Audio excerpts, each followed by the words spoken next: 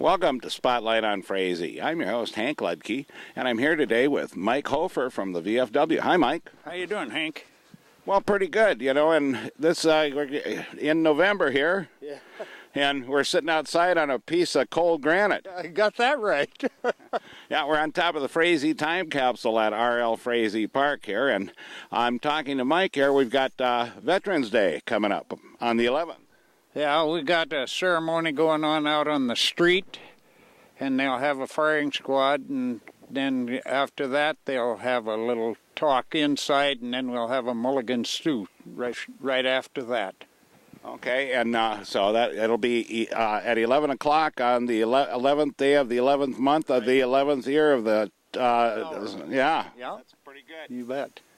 And this was Veterans Day came after World War I understand, and then under the Truman administration, they combined that and Armistice Day. I believe they did. I'm not sure on that, but I'm. And now we here we are, and so we do our celebration for Memorial Day, but of course Veterans Day is a whole nother thing. Yes, it is. Yes, it is, Hank. It's honoring all the veterans for putting their time in overseas and protecting the people here in this country. And of course you yourself, you were in one of the wars. I was in the Korean War. I grant you that. I didn't like it, but what do you do? Yeah. And how long were you over there, Mike? I was over there a little over a year. And you don't think it was a great vacation? No, it was no vacation for me, I'll tell you. It ain't funny, I can tell you that, when you get over there. Yeah, and how many of you guys were over there at that time? Do you remember? I don't remember how many. I don't think there's many of them alive anymore that I was with. No, we're starting to lose some of you guys, just like most of our World War II veterans are gone now. There's only one or two World War II veterans around Frazee that I know of. Gordon Sanders is one of them. Well, it's amazing how fast the time goes by, but I'm sure a lot of that stuff is still vivid in your mind. Oh, yeah. There's a lot of it I remember, but I just won't talk about it. That's it. And that's fine, Mike. I understand that. But I do appreciate you and all the other soldiers and all branches of service that represented us, to make us safe and make you safe out there in TV3 land so that you can have a better place for your children and your families and be better people because of people like Mike. Well, I'll tell you what, I appreciate all the veterans that's over there now and doing their job and everything. Every time I hear something on the TV, I can sit and bawl when it happens. Yeah. But that's the way it goes. Well, we'll be saying a prayer for all of you guys on the 11th, so if you get a chance, stop down at your VFW club or your Legion on the 11th and say hi to your former troops here. And with that, we'll be right back with another segment of Spotlight on Frazee. Thanks, Mike. You bet, Hank. Welcome back to Spotlight on Frazee. I'm your host, Hank Ludke, and I'm here with Coach John Barlin. Hi, John. Hi, good to see you again. Boy, it's another season coming up on us fast here, John. Yeah, we're not too far away, that's for sure. How are things looking for the Hornets this fall? Well, we graduated a big crew of seniors, but we're looking forward to these younger classmen getting their chance to compete and battle for their starting spots. So we're optimistic. Well, and I know, last year, our second and third string people were better than a lot of the first strings of the other schools. Well, that's right. We had some pretty good wrestle-offs in the room that probably would have been better than some of the actual duels that we had this year. and of course, you've had your Mat Rats and your Pee Wees. Everybody has been gearing up and learning what they need to do. And I see you still have your same coaching staff coming back to help you again.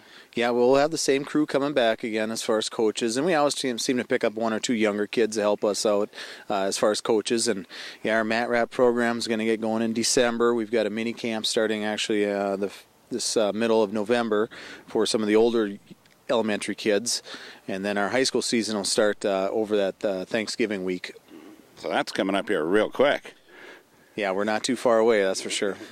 And that'll be great. They get them back out there, get them on the mats, and get them working against some other teams instead of their buddies. I think that always gives them a little more confidence and lets them know where they're lacking. Yeah, that's just it. It's fun to get going into the season and start actually competing.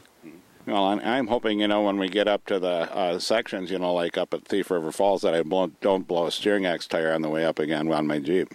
I hope so, too. Take the bus. Take the bus this year, yeah. But anyway, the other thing that's happening here, you've got your main booster fundraiser is coming up here for the wrestlers and the dance line down at the event center. And that'll be... Yep, that's coming up. I believe it's the 19th, and that's always a fun night of getting together, socializing, having a good meal, and part of a raffle where you get the potential for getting a $5,000 cash prize. And that's a biggie. And the tickets are $100 for a couple. Yep, son. That's correct, and you get a very good meal out of the deal, and just a fun night of camaraderie, and just a good social event for both programs. Well, and to me, it's nice. You've got the one big event, and it goes well. I mean, the place is always packed. It seems like you always sell the tickets out. And the great thing about it is that the kids have to wait on you.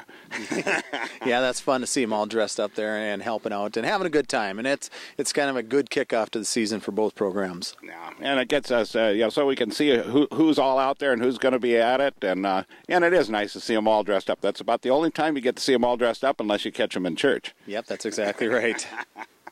But John, anything else you'd like to say to the people out in TV3 land today? I'd just like to say thanks for all the support in the years past, and again, we look forward to seeing you at the events this year. We've got a nice home schedule this season. We'll be bringing our HOL tournament back to Frazee again this season. We've got a tremendous dual tournament coming in December, where we'll have 4 or 5 of the top-rated teams in the state of Minnesota competing here at Frazee, and that's in the first part of December. So I invite you to take in a couple of those high top-notch tournaments.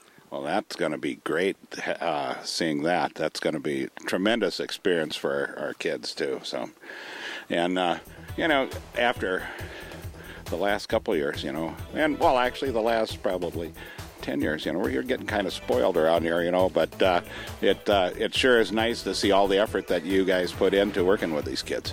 Yeah, and there's no doubt. I mean, people sometimes take things a little bit for granted that it's an automatic, and it's not. And these kids work extremely hard, and all the accolades that they've accomplished at the end of the season is because of their hard work. And so we know that, and we know it takes a lot of work to be successful.